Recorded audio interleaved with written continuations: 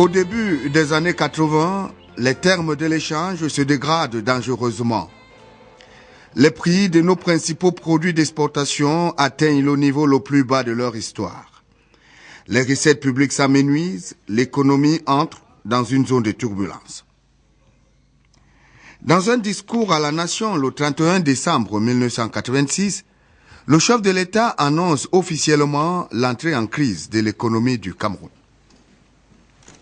Et égrène en même temps un ensemble de mesures qui permettraient au Cameroun, si elles sont respectées, de ne pas appeler le Fonds monétaire international à la rescousse. Il s'agit essentiellement de la réduction du train de vie de l'État. Une démarche qui échouera, lamentablement. Le 19 septembre 1988, le Cameroun signe son premier accord stand-by avec le Fonds monétaire. Il en signera une série d'autres avant 1997, quand il signe le premier accord triennal avec le Fonds. L'assistance intérimaire du Fonds monétaire a des conséquences graves sur l'économie camerounaise. Les conditionnalités qu'imposent les bailleurs de fonds pour le moindre décaissement désorganisent tout le tissu économique, social et industriel du Cameroun. La plupart des entreprises du portefeuille de l'État sont privatisées ou liquidées, jetant dans la rue des milliers de travailleurs. L'État lui-même allège les effectifs de la fonction publique avant de charcuter en 1993 de 70% les salaires de ses agents. Pendant près de 2 décennies, l'État ne recrute ni infirmiers ni instituteurs. Les écoles de formation sont même fermées. L'ajustement structurel, qui n'est pas une contrainte, produit ses effets. L'ajustement, c'est par définition une politique de court terme. C'est une politique de résorption des déficits, déficit budgétaire, déficit extérieur, ainsi de suite. On résorbe ces déficits en prenant un certain nombre de mesures. Là où l'ajustement devient une contrainte, c'est dans la mesure où les décisions que l'on prend, qui visent des objectifs à court terme, ces décisions ont malheureusement des effets à long terme. Et si on n'en prend pas conscience, ça peut hypothéquer la croissance. C'est pour cela qu'on a pu voir que les mesures prises notamment au niveau de la fonction publique, dans le secteur éducatif, dans le secteur de la santé, pour réduire les dépenses, aujourd'hui, ont des conséquences parce qu'on a un problème de pénurie de personnel de la santé, de pénurie de personnel dans l'éducation, etc. Pendant que le Cameroun ne prend que des décisions sur le court terme, sa dette extérieure et intérieure explose. La dette extérieure passe de près de 500 milliards de francs CFA en 1982 à plus de 5 000 milliards de francs CFA en 2006. Dans ces conditions, il est obligé d'accepter tous les instruments que fabrique le Fonds monétaire pour alléger le fardeau des pays lourdement endettés.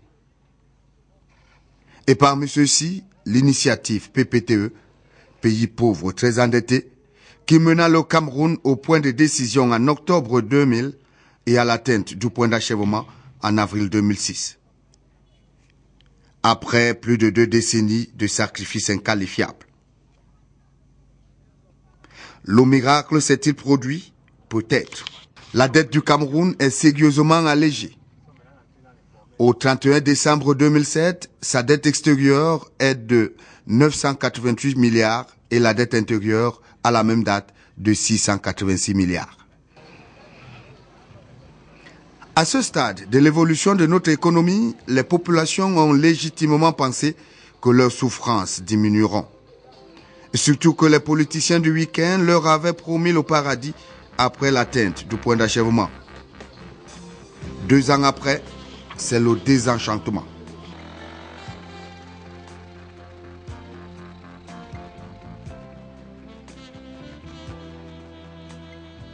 Pour moi, je vois vraiment qu'au Cameroun, les choses deviennent de plus en plus graves. Vraiment, il n'y a pas de changement. Si on pouvait encore faire autre chose que ça. J'ai des problèmes, mais je force par l'amour de Dieu. Tu sais, je prends tout Ça dit, je prends toute ma confiance, je remets entre les mains de Dieu. Ça va de mal en pire. Ça veut dire qu'on ne sait pas si on pourra joindre les deux bouts. En ce qui concerne le point d'achèvement que nous avons parlé, que vous me parlez aussi, aujourd'hui, moi, je suis toujours le même, je n'ai pas changé, je ne sais même pas ce que je peux faire pour devenir plus que ce que je suis. Je suis là, j'attends. Le père a dit qu'on doit attendre, et nous sommes en train d'attendre. Quand j'ai eu le bac, bon, je n'ai pas pu eu le moyen. Bon, je suis dans le quartier, me débrouille comme ça.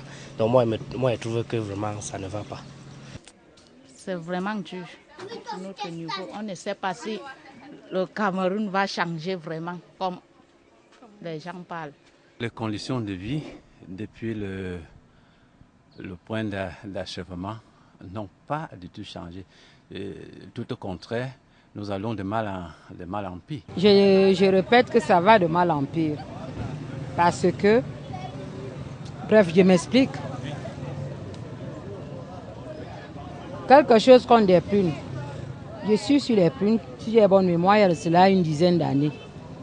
Je suis responsable de 6 enfants, 8 petits-fils. Une délaissée d'ailleurs de mon état. Et je vis périodiquement.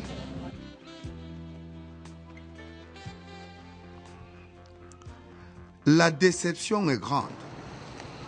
Parce que le document stratégique de réduction de la pauvreté, DSRP, qui devait conduire le destin des citoyens après l'allègement de la dette, n'a pas tenu la promesse des fleurs. Il est d'ailleurs en révision. Si le chef de l'État a décidé et nous a demandé de procéder à la révision de ce document, c'est bien parce qu'un constat a été fait. C'est que la première stratégie qui a été développée dès les années 2003 n'a pas vraiment permis d'atteindre les objectifs qui ont été fixés. Nous n'allons pas reprendre les insuffisances de ce document ici, mais vous savez que ce soit en matière de croissance, qui est resté oscillant autour de 3-4%, alors que ce document prévoyait 7%, que ce soit ce taux de croissance, que ce soit les conditions de vie des populations, il n'y a pas eu une nette amélioration. Donc il est important que la stratégie change. Bon, nous pouvons également dire qu'à partir du moment où des secteurs importants, comme les secteurs de production, n'ont pas encore eu de stratégie, cela peut constituer une des raisons, une des causes de la faiblesse des résultats que nous avons connus jusque-là. Et je voudrais également dire que quand bien même les stratégies sectorielles existaient, il y avait très peu de cohérence dans les stratégies. Je voudrais vous prendre un exemple. Si la stratégie du secteur rural, par exemple, prévoit qu'il y ait un certain nombre de bassins de production qui soient développés dans des régions, mais qu'il n'y ait pas de route allant vers ces régions, vous comprendrez qu'on aura de la production, mais il n'y aura pas les routes pour écouler la production. Donc il faut non seulement qu'il y ait des stratégies sectorielles, mais qu'il y ait également une espèce de cohésion entre les stratégies. C'est la raison pour laquelle il est très important de reprendre le travail pour bien remettre les choses en place et surtout pour bien faire comprendre que la lutte contre la pauvreté passe d'abord par la croissance économique. C'est-à-dire qu'il faut créer un enrichissement et c'est cet enrichissement qui va permettre de lutter efficacement contre la pauvreté. Il y a toutes ces raisons, mais il y a aussi la mauvaise programmation des dépenses. Le saupoudrage n'a eu aucun impact sur les populations. Il faut abandonner le saupoudrage que nous avons connu jusque-là et qui fait en sorte que les ressources étaient éparpillées, comme vous dites. Il est important que les choses soient plus concentrées, qu'on joue beaucoup plus sur la concentration pour avoir des projets structurants qui peuvent faire partir la croissance. Parce que depuis le point de décision, il y a quand même pas mal de ressources qui ont été affectées à certains petits projets. Je crois que c'est plus de 250 milliards. Et notre conviction, c'est que si ces ressources étaient mieux concentrées, on aurait déjà pu améliorer le taux de croissance, ne serait-ce que de quelques points. À cela, il faut ajouter la gestion à la camerounaise. Les lourdeurs administratives et le manque d'intérêt des fonctionnaires pour des dossiers complexes plombent l'utilisation des fonds PPTE. On pense également que l'État, je dirais l'administration, ne s'intéresse pas beaucoup à ce genre de ressources parce que l'utilisation est contraignante. J'ai l'impression que l'État ne s'empresse pas à débloquer ce genre de fonds. Hein, et évidemment, on a donc une sous-consommation. Parce qu'il n'y a pas moyen de sous-consommation.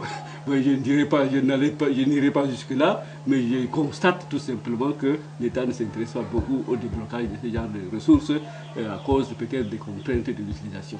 Et malheureusement, il y a une grande sous-consommation des ressources effectivement disponibles. La pauvreté n'a vraiment pas reculé. La pauvreté n'a pas reculé et comme pasteur, je dirais même qu'aujourd'hui, nous vivons dans une pauvreté beaucoup plus psychologique, morale et spirituelle. C'est-à-dire la pauvreté matérielle a créé une certaine sorte de traumatisme dont les gens vivent dans une hantise, dans un état de crise, je peux dire, psychologique. Et ça, c'est beaucoup plus grave que la pauvreté matérielle. Dans une société organisée, les procédures sont de très grande importance. Et dès qu'on a pensé les procédures, il reste qu'on respecte ces procédures. Si les procédures, je crois, étaient respectées, les choses iraient vite. Or, quand on parle de procédure, on parle de discipline. Vous savez que notre société, elle a quand même cette tendance-là à contourner tout ce qui est contraignant en termes de discipline. Et on le voit même dans les villages. Il y a des associations. Dès qu'une organisation est contraignante, alors il est toujours comme de bon ton chez nous que cela gêne, cela dérange et on prend des moyens de contournement. Moi, je pense que les procédures en place, il faut les respecter. C'est une question de mentalité. Il y a donc à prendre conscience que nous avons un problème là qui est celui de notre société en général. Il n'y a que ceci pour expliquer cela. Personne ne comprend en effet qu'un pays pauvre n'arrive pas à consommer les fonds mis à sa disposition. Les procédures de décaissement sont longues et complexes. Et les critères d'affectation des projets très souvent politiciens. Résultat, même le comité de gestion des fonds PPTE, composé de la société civile, des bailleurs de fonds et du gouvernement, n'a pas pu influencer positivement la consommation des fonds. L'inertie de l'administration est en réalité la cause de cet échec. Un exemple. Sur un portefeuille de 13 projets avec la Banque mondiale, seul le Programme national de développement participatif, PNDP, a eu un taux de décaissement satisfaisant. Tous les autres sont à la traîne. Il faut dire que la performance du portefeuille et du pays au Cameroun est moyenne. Alors c'est ça qui un peu limite le montant disponible. La sous-consommation, bon, c'est plutôt le lent décaissement qui m'inquiète. Alors c'est un peu que nous avons mis plusieurs programmes en marche qui prend 5, 6, 7 ans à compléter. C'est un rythme qui est un peu trop lent. Nous voudrions améliorer ça. Pendant ce temps, la misère s'aggrave. Le chômage atteint plus de 30% des jeunes dans les grandes villes. Le monde rural, qui ne reçoit que 2% du budget national, s'enfonce. Le milieu rural est très complexe et nous avons l'impression aujourd'hui que chaque jour qui passe voit le milieu rural s'appauvrir davantage. C'est pour cela que nous nous sommes dit peut-être que dans les grandes orientations qui ont été prises à propos de l'initiative PPTE, est-ce qu'on n'aurait pas pu alléger le monde rural de la grande difficulté de son enclavement? La question des routes se pose avec beaucoup d'acuité. les populations travaillent, mais quand je vais en tournée et que je vois des camions pleins de vivres, mais embourbés ou en panne à cause du mauvais état de route, me dit peut-être on aurait pu se concentrer sur ce domaine-là, la réalisation des routes. C'est vrai, tout le reste est important, la santé, l'éducation, mais pour le monde rural, peut-être alléger de la difficulté de l'enclavement, peut-être les populations pourraient elles-mêmes mieux s'organiser, mieux se débrouiller. En tout cas, la situation est assez préoccupante dans l'arrière-pays. Il est temps de changer de cap. Le document stratégique de réduction de la pauvreté a construit des salles de classe, à peu près 3500 par an. Des centres de santé, des instituteurs ont été recrutés, à peu près 20 000 à la fin de cette année. Dans le cadre du contrat des endettements en développement avec la France, 70 milliards de francs CFA par an, les voiries urbaines de Yaoundé et Douala sont en réhabilitation. Ce sont des acquis irréfutables, mais le DSRP n'a pas créé de richesse.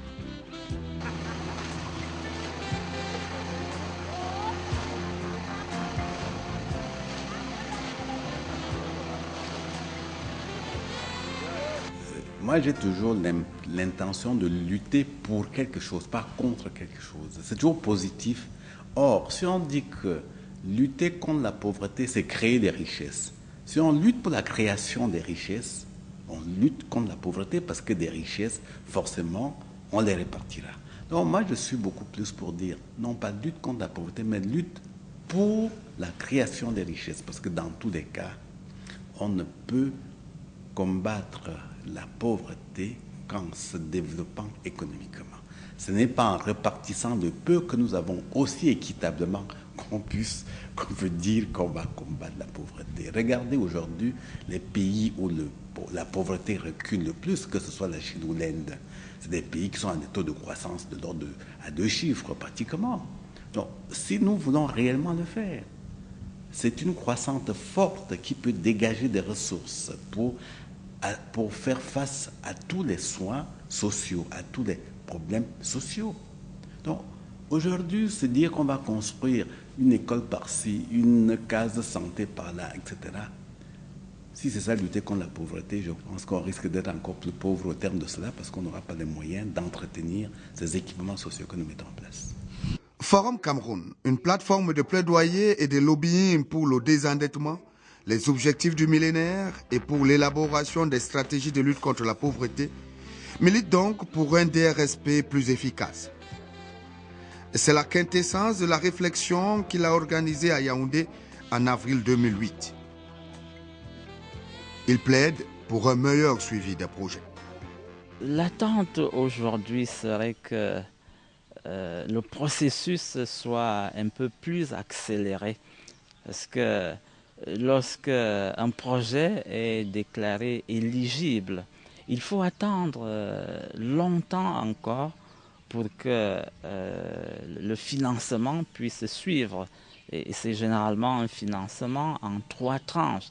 On peut recevoir une première tranche et attendre longtemps encore pour que la deuxième, la troisième arrive. En tout cas, l'Église catholique a pu bénéficier déjà de financement, mais l'essentiel de ces projets n'est pas encore arrivé à terme parce que toutes les tranches de financement n'ont pas encore été reçues. Le DSP, je pense qu'il y a eu un manque de suivi, et même dans le DSSP, parce que j'ai assisté à certaines réunions où un maire se plaint par exemple que dans le rapport d'évaluation, il y a un puits par exemple qui est construit dans son village sur le papier, alors que le puits n'existe pas.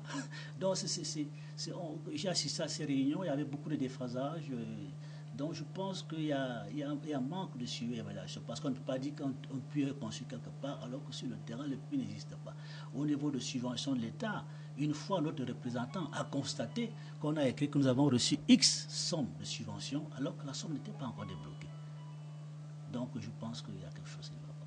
le contenu même, c'est-à-dire les stratégies et les actions à mener, la plupart ne comportent pas d'indicateurs d'objectifs ou de suivi, donc en fait, il manque de boussole. Il propose une meilleure gouvernance des finances publiques.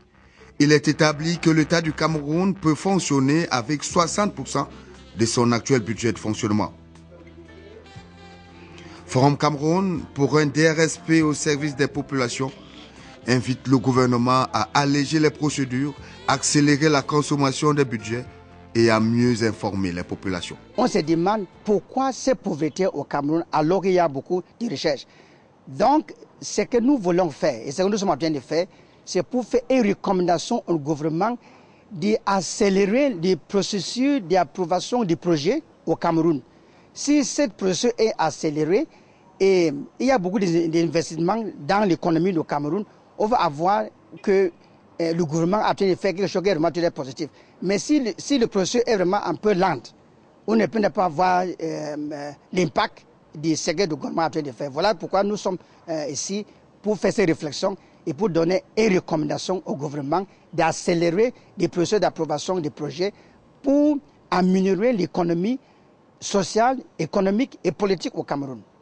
Nous pensons que ce qu'il faut faire maintenant, c'est assurer cette action d'information, de la sensibilisation et d'éducation aussi de la masse, pour que les gens savent de quoi il est question. Sinon, ils ne pourront jamais s'approprier ce document. Il y a d'abord un schéma classique dans les projets. C'est très simple. Si on le suit facilement et qu'il y ait le décaissement de fonds qui ne suit pas des rouages tortueux et compliqués qui font qu'à la limite, on ne sait plus à quoi nous en tenir. Je crois qu'il y aurait possibilité de nous asseoir et de préciser les cahiers de charges de tout le monde. Et là, à partir de ce moment, quand c'est clair, et que ce soit du tic au tac, et que ce ne soit plus des méandres imprécis qu'on doit suivre, on ne sait pas quoi, alors qu'on a établi des données de fond et de base qui peuvent permettre d'arriver au bout de l'action. Nous voulons que les choses avancent pour que le bien-être soit partagé par tout le monde, qu'on soit chrétien ou non chrétien, chrétien catholique ou protestant ou autre, que vraiment le bien-être soit la chose la mieux partagée par tout le monde. C'est ça qui fait notre préoccupation. C'est à ce prix que les objectifs du millénaire seront atteints et que les populations pourraient jouir pleinement des retombées du désendettement du Cameroun.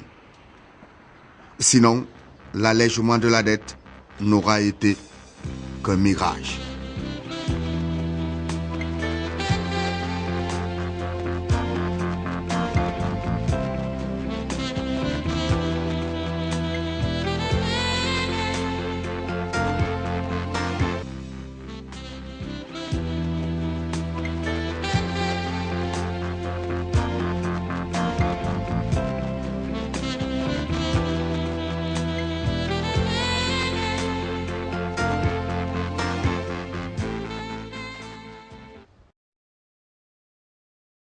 Au Maroc. Extrait.